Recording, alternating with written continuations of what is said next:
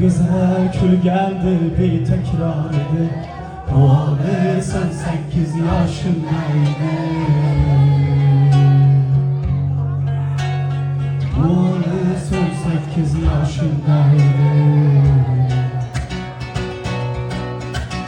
Cildazar payanın hiç kırmazdı.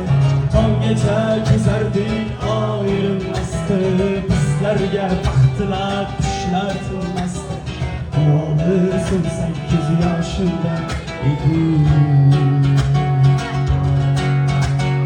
Bu anısın 8 yaşında idi. Köylegi adını bir var idi. Benim altın etken bir var idi. 17 yaş kızlığımda var idi. Bu anısın 8 yaşında idi. Bu anısın 8 yaşında